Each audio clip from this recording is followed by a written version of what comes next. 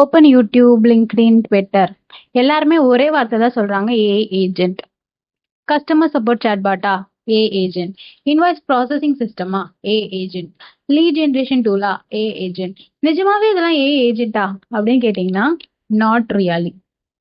Most of the AI application நம்ம பார்க்கறது எல்லாமே ஏ ஏஜென்ட் கிடையாது, ஏ ஒர்க் ஃப்ளோ. ஸோ இந்த வீடியோவில் ஏ ஏஜென்ட்டுக்கும் ஏ ஒர்க் ஃப்ளோக்கும் என்ன டிஃப்ரென்ஸ், அது எங்கே யூஸ் பண்ணுவோம் அப்படின்றத பார்ப்போம்.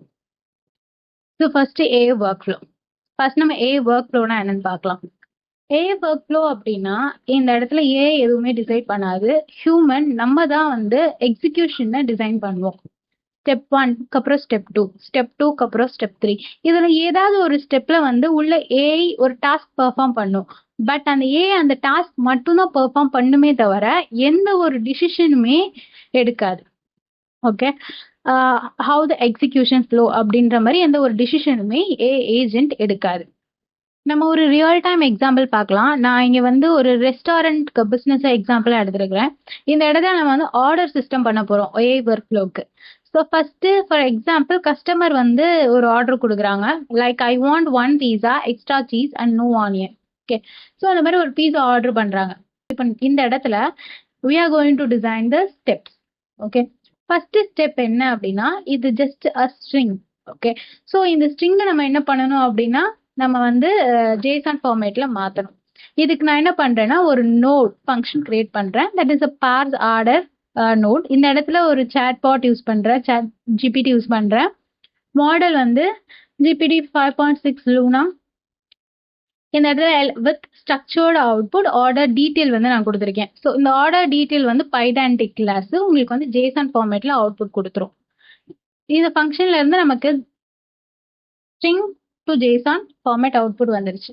இப்போ நெக்ஸ்ட் செகண்ட் ஸ்டெப்.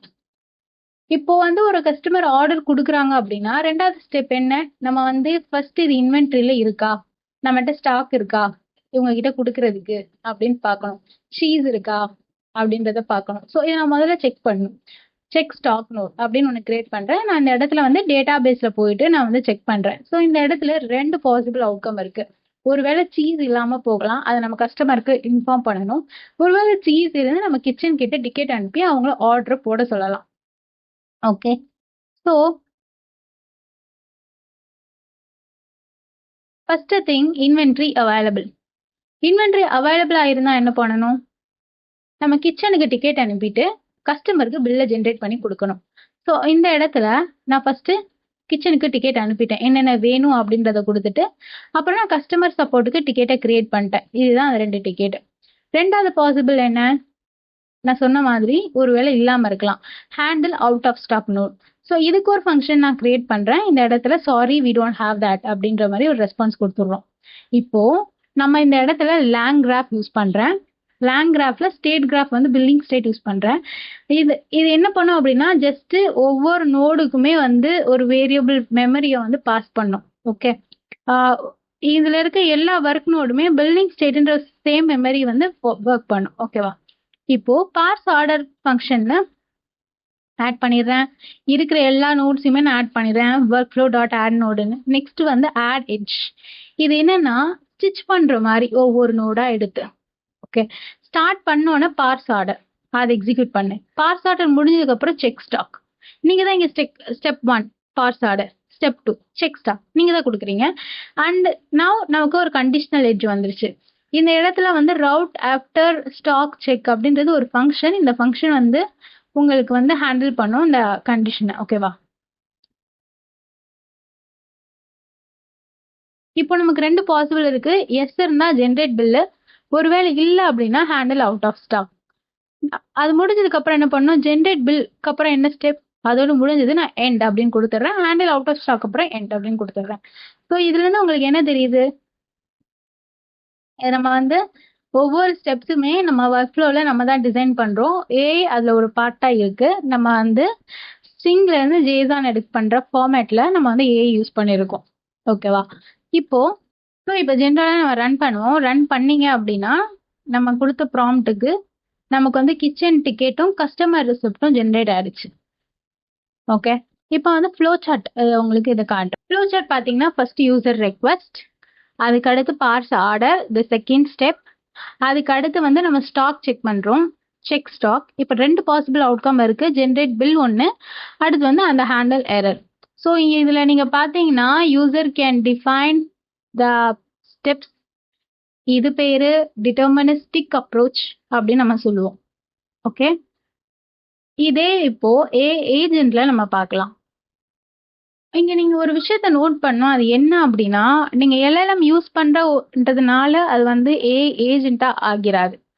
ஓகே, இப்போ ஏஜென்ட் அப்படின்னா என்டையர் எக்ஸிகியூஷன் பார்த்துமே ஹியூமன் டிசைன் பண்ண மாட்டாங்க, ஏஜென்ட் தான் டிசைன் பண்ணும். ஏஜென்ட்டை பொறுத்த வரைக்கும் நம்ம ஒரு கோல் கொடுத்துருவோம். அந்த கோலை வச்சு என்னென்ன ஸ்டெப்ஸ் எடுக்க போகுது அப்படின்றத ஏஜென்ட் தான் டிசைட் பண்ணும். இதை வந்து அட்டானமி அப்ரோச்னு சொல்லுவோம். This is not a deterministic approach. இந்த அட்டானமி அப்ரோச்சுக்காக நம்ம வந்து ரியாக்ட் லூப் அப்படின்னு ஒன்று வந்து ஏஜென்ட் யூஸ் பண்ணும். அதாவது ரீசன் ஆக்ட். ஓவராலாக நம்ம சொல்லணும் அப்படின்னா reason act observe think again reason again act and observe. So இதுதான் வந்து ஏஜென்ட்டோட லூப். ஒரு எக்ஸாம்பிள் அதே சேம் ரெஸ்டாரண்ட் பிஸ்னஸ் எக்ஸாம்பிளாக எடுத்துக்குவோம். பட் இந்த இடத்துல நம்ம வந்து ஒரு சேல்ஸ் அனலைஸ் பண்ணுறதுக்கு ஏஜென்ட் கிரியேட் பண்ண போகிறோம். ஸோ ப்ராம்ப்ட் பார்த்தீங்கன்னா analyse today's restaurant performance, identify the sales bottle next, food waste எவ்வளவு ஆகுது, ஏதாவது ஒரு ஆக்ஷனபிள் ரெக்கமெண்டேஷன் வந்து கொடு அப்படின்ற மாதிரி நம்ம வந்து ஒரு ப்ராம்ப்ட், ஒரு யூசர் கொஸ்டின் query. ஓகே, இப்போ வந்து நம்ம ஃபர்ஸ்ட் டூல்ஸ் டிசைன் பண்ணோம் ஏஜென்ட்க்கு. ஃபர்ஸ்ட் டூல் பார்த்தீங்கன்னா get shift sales break down. Shift wise எவ்வளவு சேல்ஸ் ஆயிருக்கு அப்படின்ற ஜஸ்ட் நம்ம டேட்டா பேஸ்ல இருந்து நான் டேட்டா எடுத்து தரேன். ஓகே, ரெண்டாவது பார்த்தீங்கன்னா அனலைஸ் மெனு இன்ஜினியரிங். இப்போ வந்து மெனு இருக்கு, மெனூஸ் டேட்டாஸ் இருக்கு. ஸோ அந்த டேட்டாவை நான் எடுத்து வந்து இப்போ கொடுத்துட்றேன். இப்போ மூணாவது நோடு என்னன்னு பார்த்தீங்கன்னா இன்கிரீடியன்ட், என்னென்ன இன்கிரீடியன்ட் இருக்கு, அது எவ்வளவு இதில் எக்ஸ்பயர் ஆக போகுது அப்படின்றத பார்க்கணும். இதுக்கு வந்து செஸ்ட் ப்ரெஷபிள் இன்வென்ட்ரி அப்படின்னு ஒரு நோட் கிரியேட் ஒரு டூல் கிரியேட் பண்ணுறேன். இது ஜஸ்ட் நான் டேட்டாவை எடுத்து பாஸ் பண்ணுறேன். அடுத்து check the dining room feedback. Means customer feedback கொடுத்துருப்பாங்க டைனிங் ரூமில். ஸோ இதெல்லாம் என்ன பண்ணுறேன் அப்படின்னா இதுக்கு ஒரு டூல் கிரியேட் பண்ணுறேன். ஜஸ்ட் டேட்டாவை எடுத்து நான் கொடுக்குறேன். இப்போ என்ன பண்ணுறோம் அப்படின்னா டூல்ஸ் எல்லாம் லிஸ்ட் ஆகிட்டு அதே லேங்கிராஃபில் react agent, create react agent ஒன்று இருக்கு.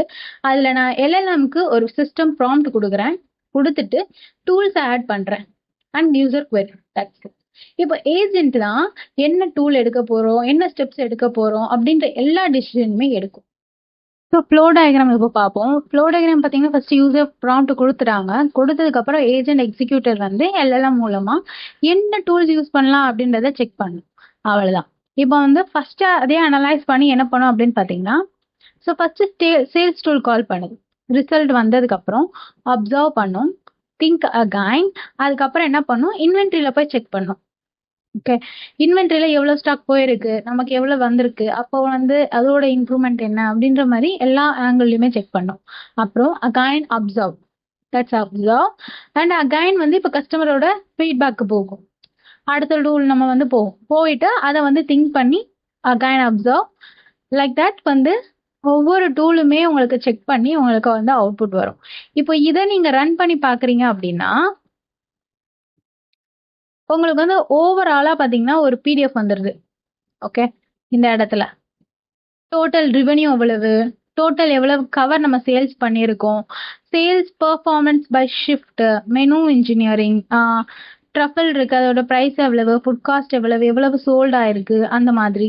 அப்புறம் வந்து இன்வென்ட்ரியில வந்து எதெல்லாம் ஸ்டாக் இருக்கு, எதெல்லாம் நம்ம ரீஆர்டர் பண்ணோம், எது எக்ஸ்பைரைசேஷன்ல இருக்கு, நம்ம வந்து எப்படி இம்ப்ரூவ் பண்ணலாம், ஃபீட்பேக்ஸ் இருக்கு.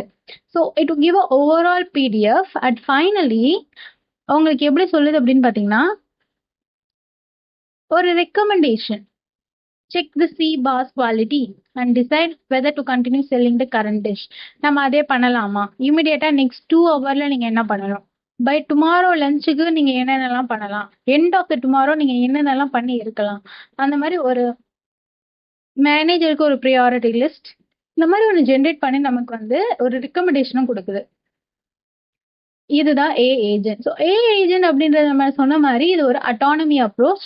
இந்த இடத்துல எல்லா டிசிஷனுமே பார்த்தீங்கன்னா எல்எல்எம் தான் எடுக்கும். ஆனால் இந்த இடத்துல ஏ ஏஜென்ட் பொறுத்த வரைக்கும் நம்ம வந்து we can predict a agent. A work ஃப்ளோனா நமக்கு என்ன நடக்குதுன்னு ப்ரெடிக்ட் பண்ண முடியும். ஸோ நம்ம எது ப்ரொடக்ஷன் சிஸ்டம்ல ரிலையபிளா இருக்கலாம் அப்படின்னு பார்த்தீங்கன்னா, ஏ ஒர்க் ஃப்ளோ ரிலையபிளா இருக்கலாம். ஏன்னா என்ன ஸ்டெப்ஸ் நடக்குது, என்ன எரர் வரும்ன்றது நமக்கு தெரியும். ஆனா ஏ ஏஜென்ட் போனீங்கன்னா வி கேன் பி ஃப்ளெக்சிபிளா இருக்கலாம். ஸோ நம்ம வந்து ஒரு நமக்கு கொடுக்காத லாஜிக்ல இருந்து ஏதாவது இன்புட் வந்துச்சு, ஏதாவது வந்துச்சு அப்படின்னா it can handle it. Flexible பண்ணி அதை ஹேண்டில் பண்ணிக்கும். ஓகே. ஸோ இதை வந்து டிட்டர்மினிஸ்டிக் அப்ரோச், இது வந்து அட்டானமி அப்ரோச்னு நம்ம சொல்லுவோம். அடுத்து ப்ரொடக்ஷன் சிஸ்டம்ல பாக்குறீங்க அப்படின்னா மோஸ்டா அப்ளிகேஷன் எல்லாம் பாத்தீங்கன்னா ஒர்க் ஃப்ளோவும் ஏஜென்ட்டும் கம்பைன் பண்ணது தான் இருக்கும். நாட் ஏ ஏஜென்ட் இருக்காது, நாட் ஏ ஒர்க் ஃப்ளோன்னு மட்டும் சொல்ல முடியாது. நம்ம ரெண்டுத்தையும் கம்பைன் பண்ணி இருக்கும். That is an agentic work flow. Agentic work flow தான் மோஸ்டா இப்ப இருக்க ஓவரால் பிசினஸ் அப்ரோச்சுக்கு யூஸ் பண்றாங்க.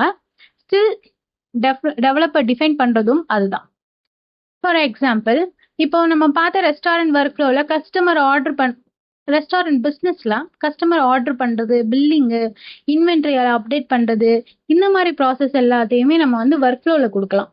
ஆனா ஏ ஏஜென்ட்ல வந்து ஒரு ரீசனிங் டாஸ்க் லைக் அனலைஸ் பண்ற மாதிரி, analyse customer complaints, find why sales dropped, suggest the menu improvement, இந்த மாதிரி விஷயத்த எல்லாத்தையுமே வந்து நம்ம ஏஜென்ட் கிட்ட கொடுக்கலாம். ஸோ இது ரெண்டுத்தையும் நம்ம கம்பைன் பண்றதுனால நமக்கு ஒரு பெஸ்ட் அப்ரோச் கிடைக்கும். எப்படி நம்ம கம்பைன் பண்ணலாம் அப்படின்னு பார்த்தீங்கன்னா, ஃபர்ஸ்ட் ஸ்டெப் 1, ஸ்டெப் 2, ஸ்டெப் 3ல நம்ம வந்து ஏஜென்ட் இன்க்ளூட் பண்ணலாம். ஸோ இது ஒர்க் ஃப்ளோ ஏஜென்ட்டை கால் பண்ணும், அனலைஸ் பண்ணி திங்க் பண்ணி it return the result to work flow step 4 and complete. So இதுதான் agentic work flow. So next time நீங்க பில்ட் பண்ற ஏ அப்ளிகேஷன்ல ஒரு கொஸ்டின் கேளுங்க, இது ஏ ஏஜென்டா ஏ ஒர்க் ஃப்ளோவா இல்ல ஏஜென்டிக் ஒர்க் ஃப்ளோவா? Most of the time the answer will be agentic work flow. உங்களுக்கு இந்த வீடியோ பிடிச்சிருந்ததுன்னா சப்ஸ்கிரைப் பண்ணுங்க, லைக் பண்ணுங்க.